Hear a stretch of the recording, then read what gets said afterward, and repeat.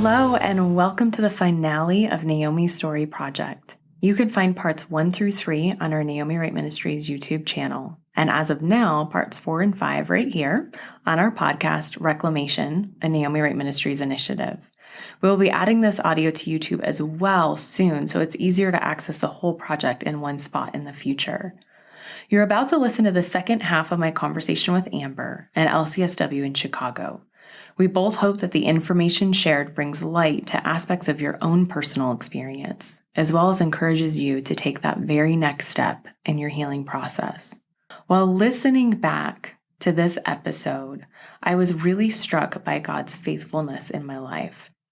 I have been let down in many ways by many people who certainly should not have let me down, especially to the degree and in the manner in which they did so. God, however, has never let me down. You may be questioning this because of the suffering in my story, but God does not celebrate when I cry. He wipes my tears instead. Revelation 21:4 states, "He will wipe away every tear from their eyes." I am deeply grateful for this kind of love.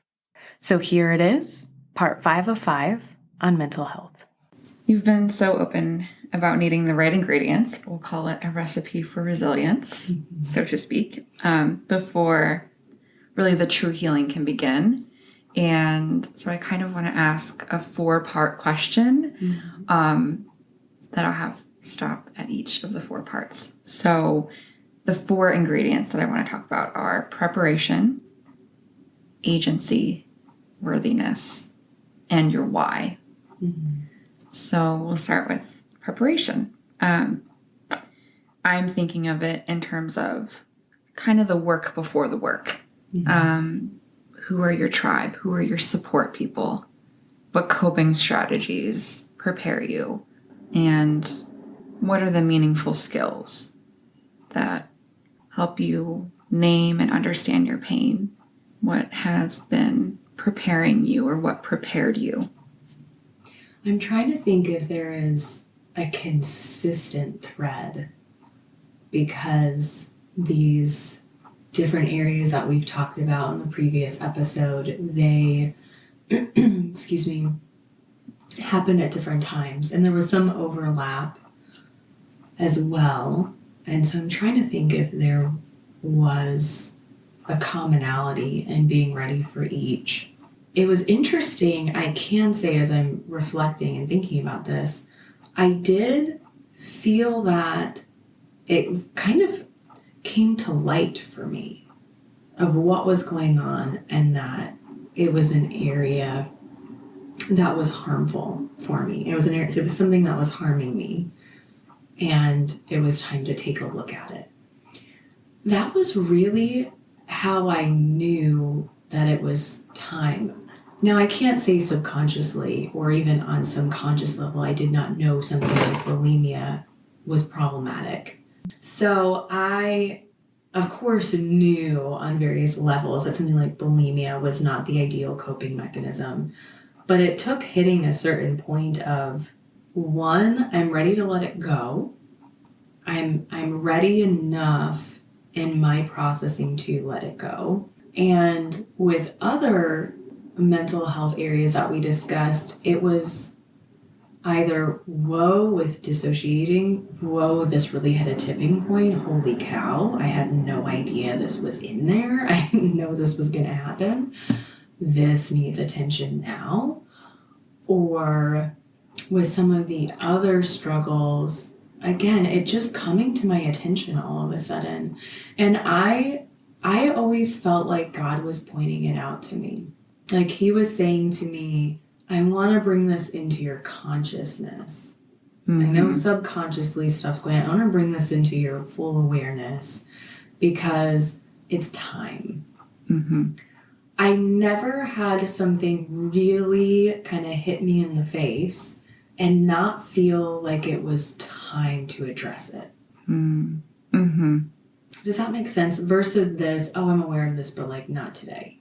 Right. It always really came up for me at a time I was like, okay, like I have the capacity one block has built on the other, and I have a strong enough foundation to be able to now take this on. Mm-hmm. So there was an awareness building into an acceptance that helped you prepare. It was all one step into consciousness that then was like, oh, now I'm ready to tackle that. And so for me, it was much less about, and I would not minimize this for people by any means. It is so huge to have supports in place to the best of your ability.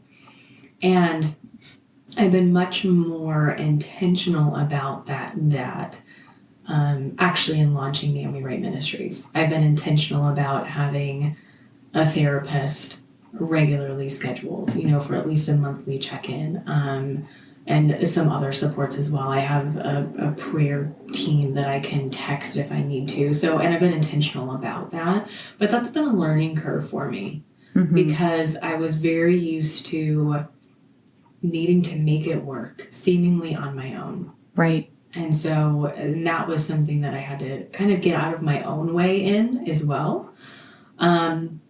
But also to be in a place where I felt like I could trust people to be there for me. Yes. That certainly was an area of growth and can continue to be. So I didn't always have, my tribe. I didn't always have that. In fact, I really fully lost my tribe a couple of times. But again, having the social work background and having that be such a part of who I am and being such a strong advocate for seeking help and having other support professionals in your life, that was certainly a go-to. I didn't always find the right fit right away, but the conversation still would lead me somewhere helpful. Even if I was like, well, that's not it, it still helped me figure out what was it. And so I could still make use of those conversations. My support in that way kind of became more of a tribe. And I can also look back and there were just strategic people that would pop up. Yes. Who would say something that they would probably never remember that they even said. But I worked with, when I moved out to Colorado the first time, because technically I've moved there twice, I joke that I was not excused the first time because I regretted it so bad, and 6 months later I had to come back and start over. Thankfully, because I hadn't met Michael yet. But I worked for someone who had her own LLC working with geriatrics, which ended up being my area of expertise. And she said to me one day, you might just need to sit on the couch, curl up with a blanket in front of the fire, and cry for that little girl inside of you who didn't get what she needed. Oh, wow. And I needed to hear that. Yeah. Because I had just heard about how strong I had to be. I needed to hear that. I'll remember that forever. Yeah, it's powerful.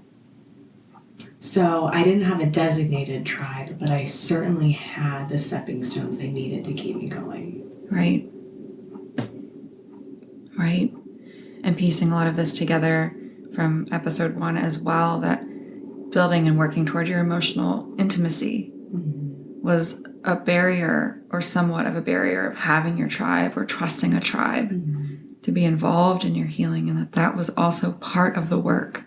And what a powerful component too to thinking about. We are not just us in our present moment, but actually we are also our child self and our future self. Sometimes it's really healthy to think about or discuss ourselves as not just this moment, as maybe scary as that sounds, or strange. There are many healing aspects and components of thinking about what did the little girl inside need that she didn't get? And as an adult self, how can I support and encourage her? How can I grieve for her and give her the attention she's always needed or wanted? Whether that was love that was withheld, or that was compassion for her struggles, or whatever that was. I think, wow, what a powerful thing to hear from anyone, to encourage that. Yeah, and it does. It sounds so bizarre, but it's not. And I hope that's resonating. for listeners, because no, the little girl isn't literally in there. I'm not one of those, what are those Russian dolls where you open up the big one and there's a smaller one. We don't literally have that. But those memories, those unmet needs, those remnants of those experiences, they're still there. They're a part of my story and my journey and who I am. And I have to have resolution there to be able to grow and move forward. And that's a good thing. I mean, yeah, absolutely. I needed to hear that at the time. It was profound for me. And something else that you spoke to about having my tribe, another hindrance in my personal story related to having a tribe was I wasn't going to share what my upbringing had been. So I always had a very strong barrier. And that's a huge issue in trying to have a tribe, especially if you're working through an issue related to something that you won't share about. Mm-hmm. That just by default puts up a big wall. Mm-hmm. And it's been so eye-opening for me since coming out publicly with my experiences, how much I actually filtered before. Oh, so much, I'm sure. Oh my goodness. I actually am almost getting self-conscious at how often it just relates to stuff that I say. And to other people, maybe it doesn't seem like a lot, but for me, I went from never saying anything, filtering it all through this very fine sieve with very little that made it through the bottom. And so I'm almost self-conscious because someone can ask a question as simple as, oh, someone just brought up the other day, like, oh, what's everyone's first memory? My first memory is being locked in a portion of I was disconnected from the house. It was the laundry room, but you had to go out into the garage and then over into the laundry room. So it was detached from the house. Very small room, washer, dryer, and water heater and furnace. And my crib was put out there and I was stuck out there at night and the door was tied shut to the railing of the garage with a jump rope. That's my first memory. Wow. And that's not what people want to hear over dinner. No. And so what part of the filtering is appropriate, quote unquote filtering? Social appropriate? I mean, that. I did not answer. I actually kind of got involved in someone else's first memory, just sort of, distracted and diverted. And so, yes, there are times where it does get filtered, but someone made a comment, or I oftentimes get comments about how little I drink. And it's like, well, that's actually because we weren't allowed to drink water during the day. It was weakness and my dad would yell at us. So we'd be outside picking berries all day long in the summer in 90-something degree, 100% humidity heat. And if we stopped for a water break, we would get in trouble for it. And I say in trouble, we got in trouble. So it wasn't just a little reprimand, it was a big deal. And so I still I feel thirst and I'm like, you don't need it. So it's just this knee-jerk response. I'm really no, I do actually need it. It's biologically necessary. But there's all these little things that just I would just be like, oh, I'm a camel. I'm not thirsty. Right. I would never just give the real answer. And again, there's socially appropriate times to not divulge everything.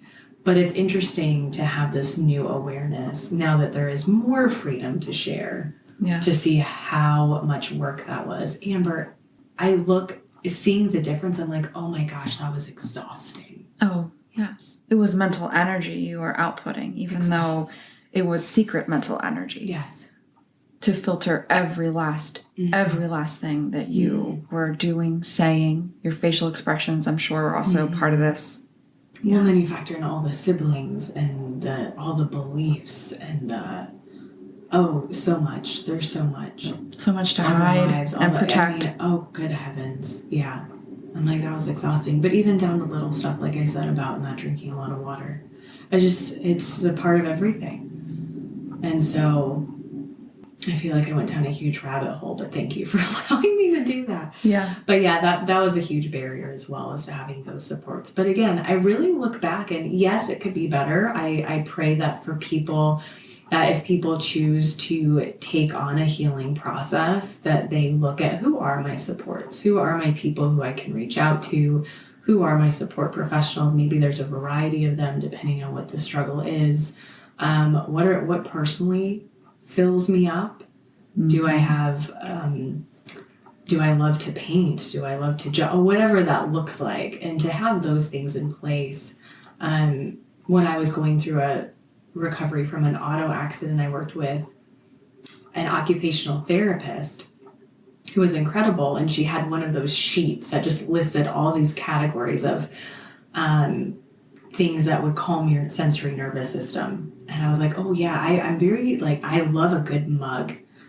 There's just a certain shape of the mug with something hot in it. I love rocking. I love a rocking chair or a swing. I love to swing. So I love very soft things. I love this blanket you handed me a little while ago that I'm petting right now. So knowing those things, I love candlelight. That's very soothing. So just being aware of what those are and having them at the ready for when you may need them. Oh, absolutely. A lot of good coping comes from simple pleasures. Yes. Yes. Yeah. And wow. Also the mind, body, spirit connection is part of the preparation as well. Mm-hmm. Getting to know what your thoughts are. What am I filtering? Where is my energy going? What am I feeling? What does my body need?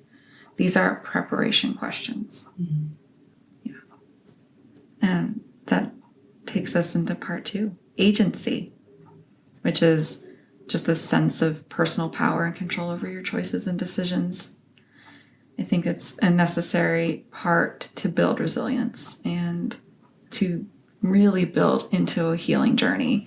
So let's talk a little bit about, if you don't mind, how was agency showing up for you in your process? I went from feeling like I had no voice in anything to what the last decade of my life has been. And there really is such a profound difference in the two. Because I think it's obvious to anyone who has followed any parts of my story, even if they've solely listened to this part, I certainly have had agency. I certainly have said, I have a choice I can make, and this is what my decision is going to be. So I've certainly exhibited that. It is a profound transition, though, that had to take place for that to happen. Yes, a journey of itself. Mm-hmm. And I dated someone in my mid-20s who liked to ask me how I felt about things. That's not a question I had much experience with. And I would always, and that is a term I can fairly use, I would always respond with what I thought. And he would push back. And several times I can remember when he would push back, I would just start to cry. And I would look at him and say, I don't know why this is my response, but I feel sad. I feel upset. Something is wrong. I'm upset, but I don't have the ability right now to see through it all to know why. And we dated for about 1.5 years. And that was an incredible gift from that relationship. Because through that, the poor guy, I realized through that I was going to break up with him because I felt that he was not going to be the one that I was going to spend my life with. But I learned how to not only know how I felt, but to care how I felt, to care about how I felt, that it mattered, that it was relevant, that it deserved some attention.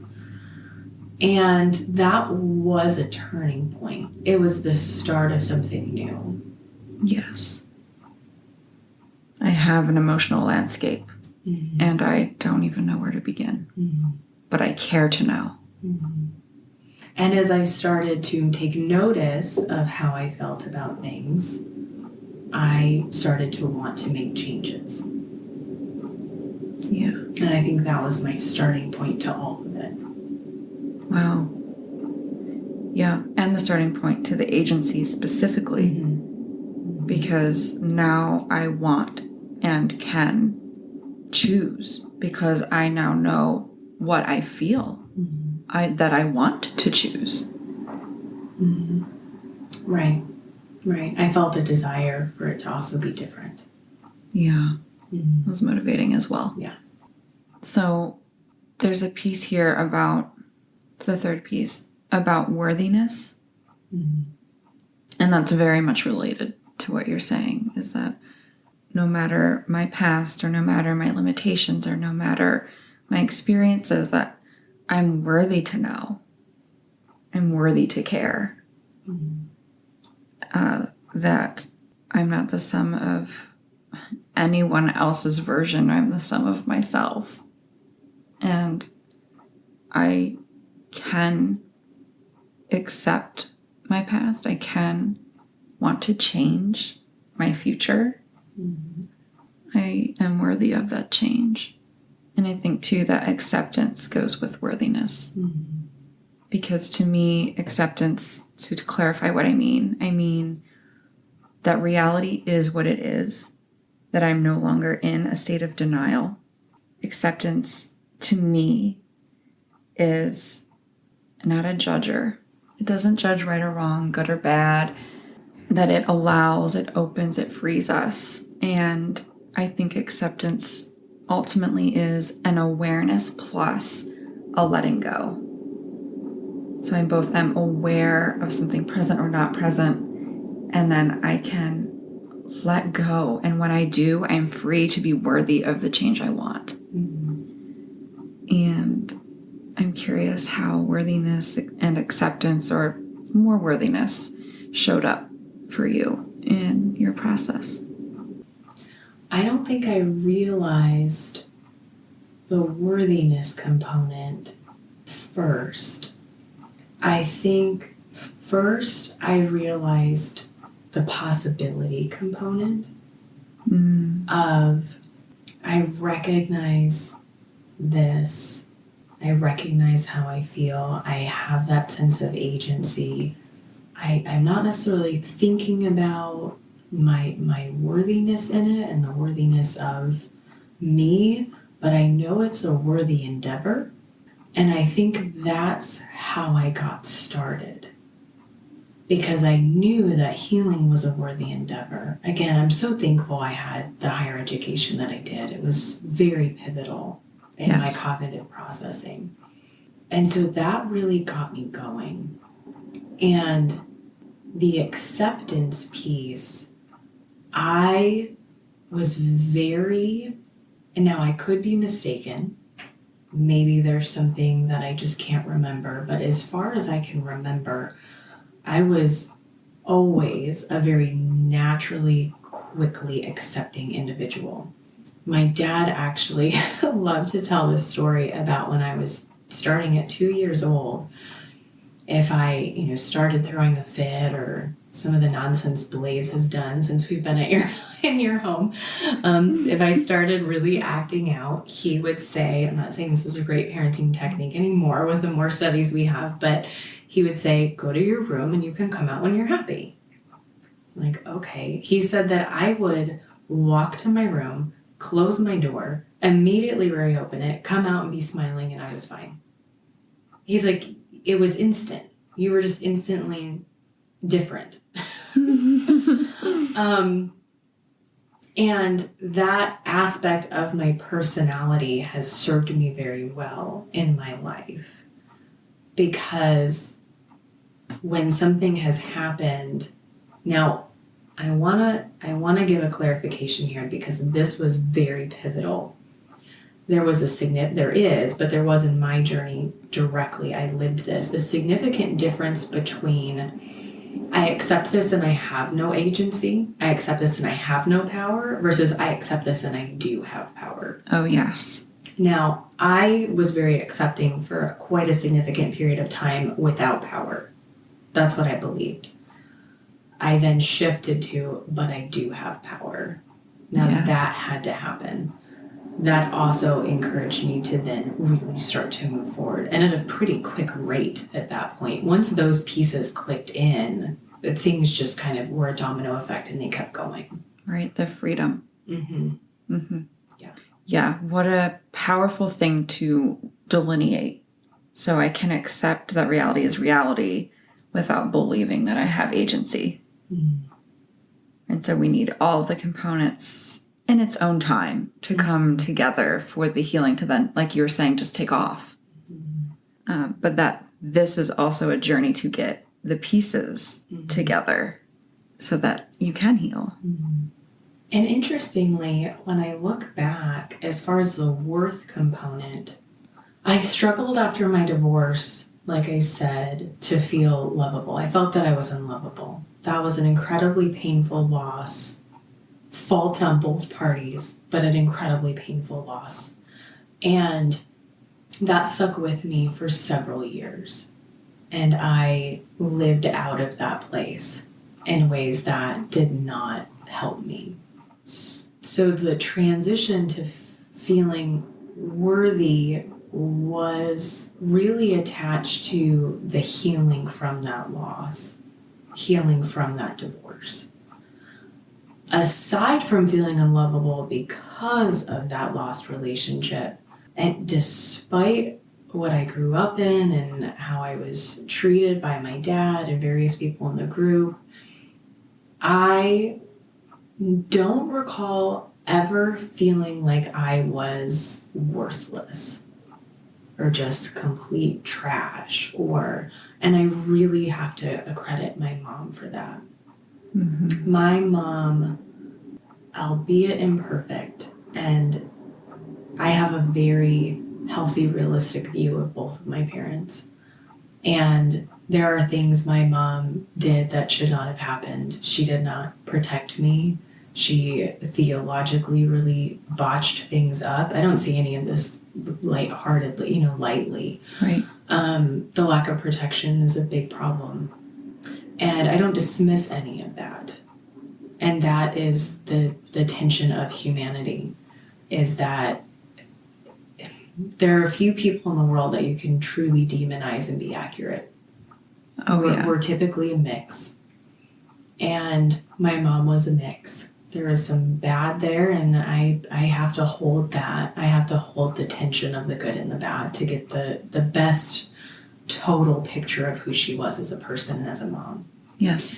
That woman adored me. And I remember when I was going through the loss of my marriage, and I went off the grid. I just disappeared, basically. And she showed up to a friend's house, and they ended up having her sitting on their sofa, and she's just bawling because her heart is just breaking for her daughter. And she's just wrecked on my behalf and just needed to be able to be with me and hold me and try to be a part of that journey with me. And there's just no way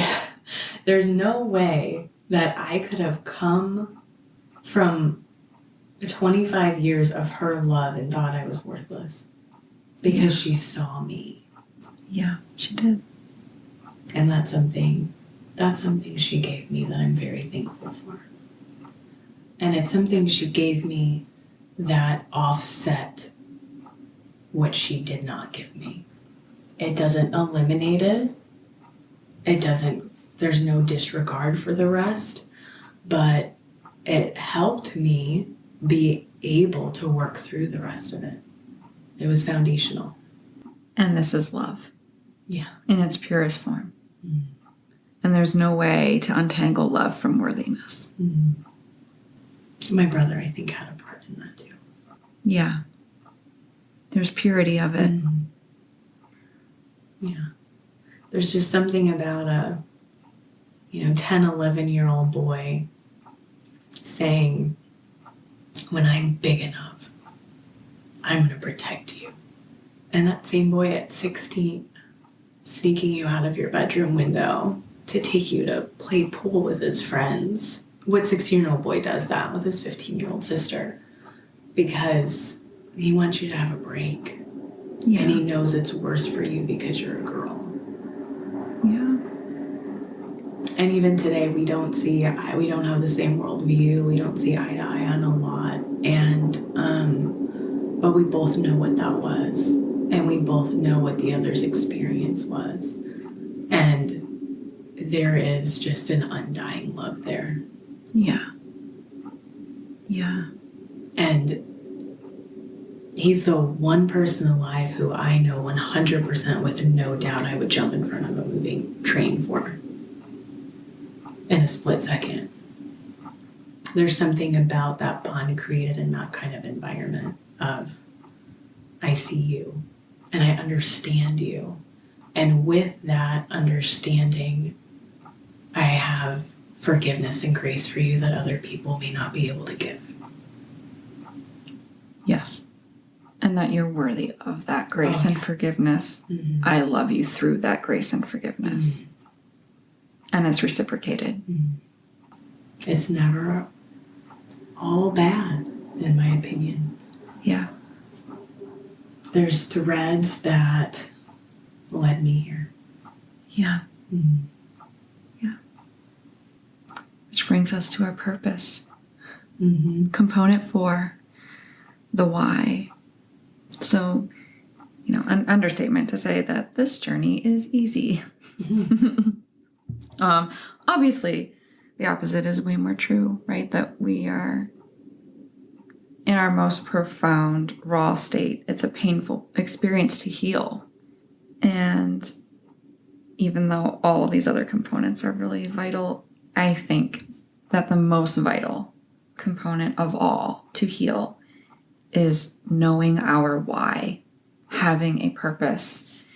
And I don't think any human being, how skilled, how trained, how ready, it doesn't matter, will embark on a transformational journey without a why and stick to it.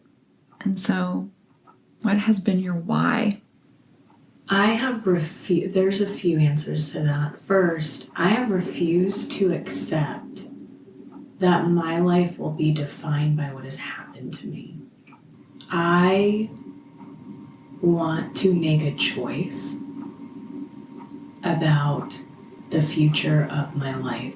I do not want to live out of all of the negative experiences, all of the pain, the hurt, the losses, the betrayals.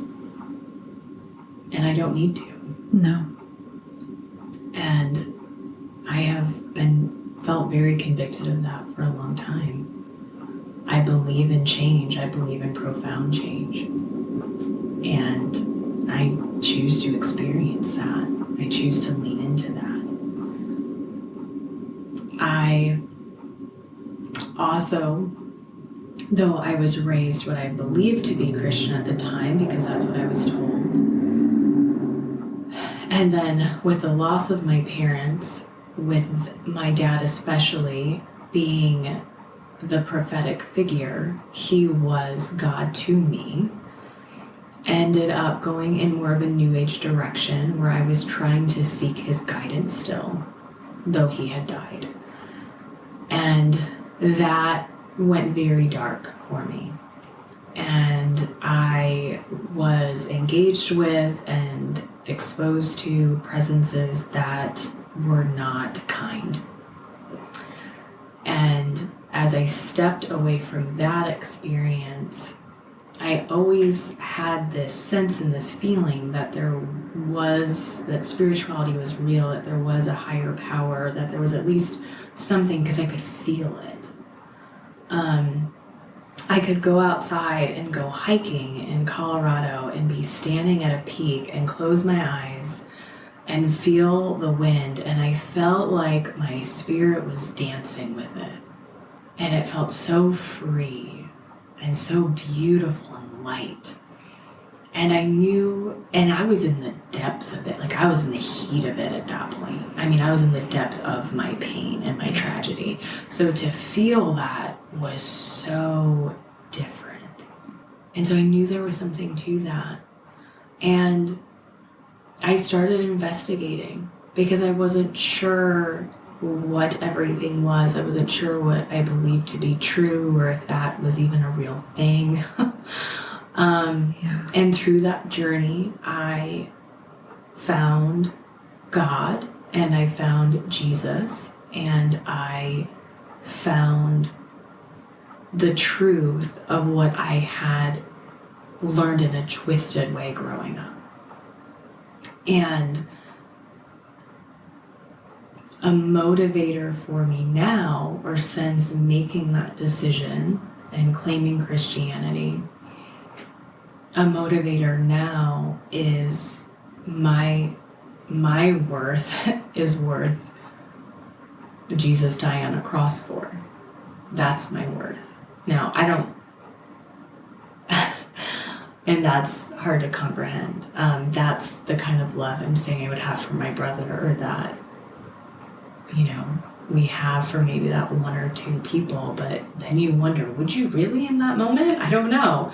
But you hear incredible stories of things moms have done for their children and whatnot, and it's, I think there's a piece of that in there that we can kind of comprehend here. Yes. And our experience. And a motivator now is to encourage other people to be in a place to make their choice, to not live out of what has happened to them, but to accept that those things have happened, to hold on to that ability to make a choice and to do it. Yes. I don't want my life story to be written by a man who died 14 years ago. I don't want someone who was in my life for 21 years to write my story of 85. And I don't want that for other people either. And that's a big why. Yeah. Lastly, I had a very specific why for the dissociative stuff, because that was, again, so overwhelming at the time and such a big undertaking. And it felt so out of hand. And I actually was told by 2 different therapists, which is funny to me, but they had very valid points. But to hear it from both of them, I knew it was time to put my seatbelt on. I'm like, okay, this is going to be real. Yep. They both told me that I was going to have to make a choice to take on that process or not. And they also added that I did not have to. And all of that is kind of like, well, yeah, of course you don't have to. But they said specifically for me, no one was ever going to know. Right. They said, you're successful in your career, you have a family, you have friends, like, you don't present as being dysfunctional in any way. You could just live this way. Compartmentalized. Right. You could just do this. And I understood what they were saying. I could continue to do that. My child is why I chose not to. Yeah. Because when I dissociate, I don't feel. And my memories feel dreamlike. So I almost can question if they happened or not. They just have that floaty component to them. The detachment is present. Yes. And so when I look back, it just all feels so foggy and dreamlike, and it doesn't feel as tangible as it should. And I did not want to look back at this sweet baby growing up and have it feel dreamlike. I did not want to look back and see that during his prime years of forming attachment, me floating away somehow negatively impacted him, that he could sense that. I wanted to attach with my child, to really feel that love for him and not just know I had it, because that's the other thing about kind of floating away, that detachment. You can't be detached and feel that love. You just know you have it. It's only cognitive. Right. And I refuse to allow that to be my experience with my child. I'm like, he deserves better. I deserve better. This can't continue. Wow. Wow. So that sweet baby got me through that. Yeah, that love was tangible and powerful. And a decider. It was an ultimate decider. This love matters more than the painful process that I'm going to go through to heal. And that one was tough enough that, to be completely honest, I don't know if I would have taken it on otherwise. I needed the solid motivator. Now, it could be so many different things for people, but I really did need to know what it was. Yeah. Beautiful. So, in wrapping up, what is your hopeful message for listeners who can't imagine how you started where you did and got to this life of authenticity? There's a first thing. There are other things that will come up that you may not even be aware of right now. There may be things that you have written down in a list format of, if I could change everything, if I had my New Year's resolutions list, then I could just make it all magically be different. These are all the things I would change. There's a first thing that is just enough of a challenge that you can still step forward without totally shutting down. Baby steps. Yes. What is that one next thing? And focus there.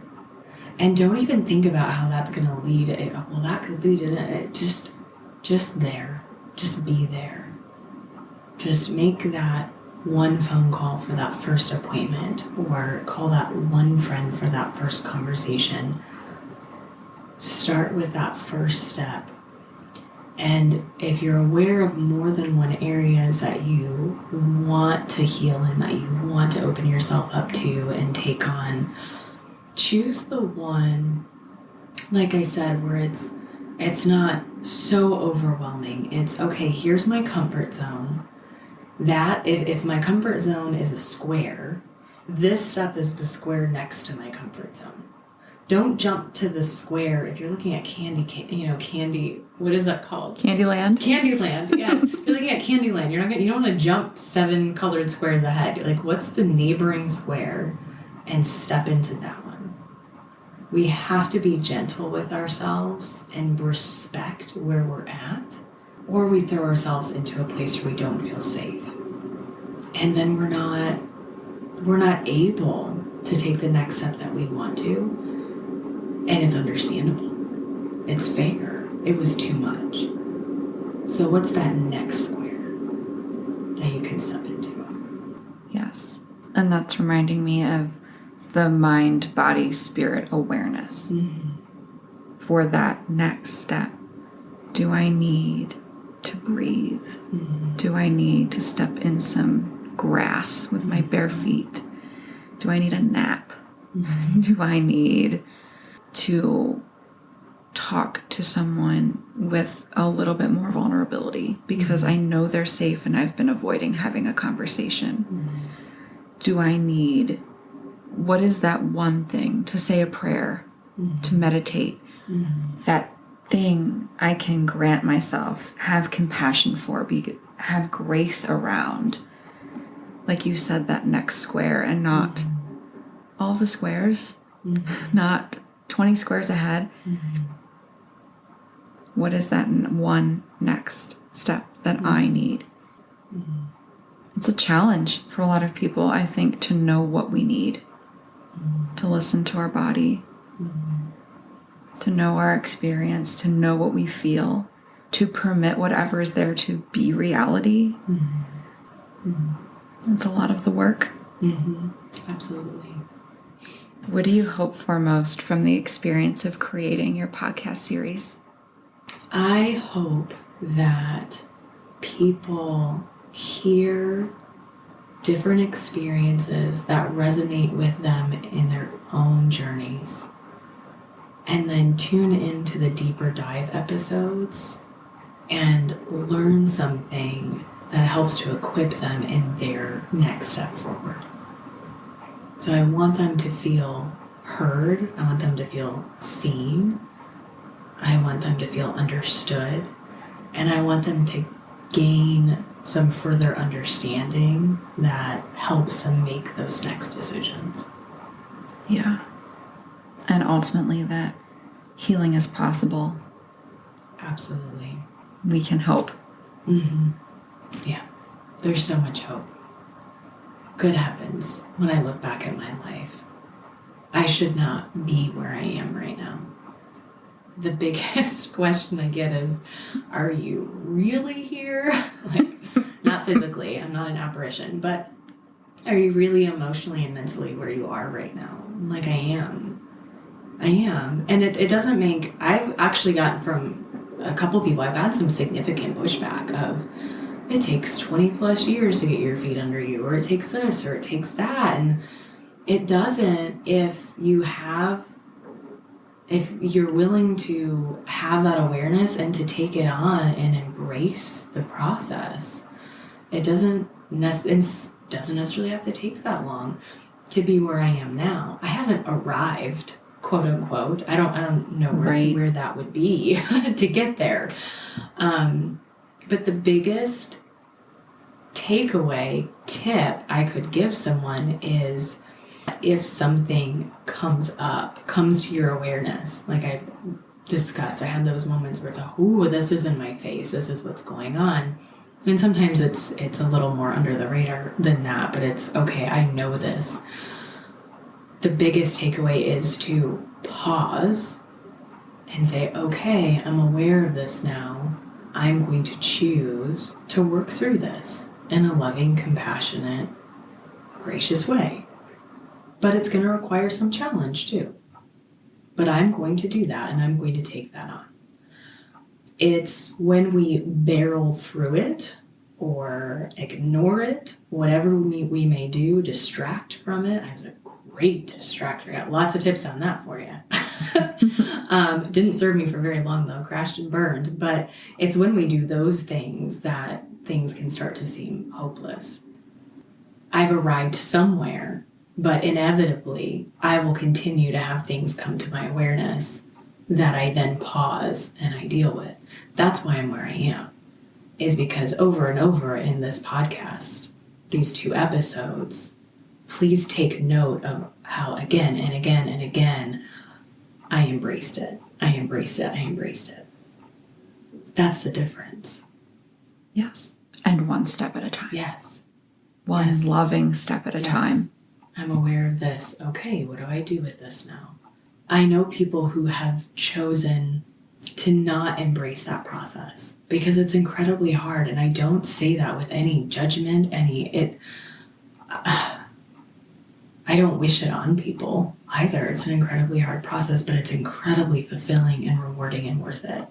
But I have comparison points. I know people who have not, in whatever their life situations have been, and they struggle significantly with things like anxiety and depression and dissociative disorders, and I don't anymore. And I want that to be a message of hope, of it may feel a little worse before it feels better, but it will feel better. I'm confident in that. And genuinely so. Yes. With your why intact. Mm-hmm. Yeah. Thank you so much, Naomi. Thank you for listening to this production of Naomi Wright Ministries. You can learn more about us by visiting naomiwrightministries.com.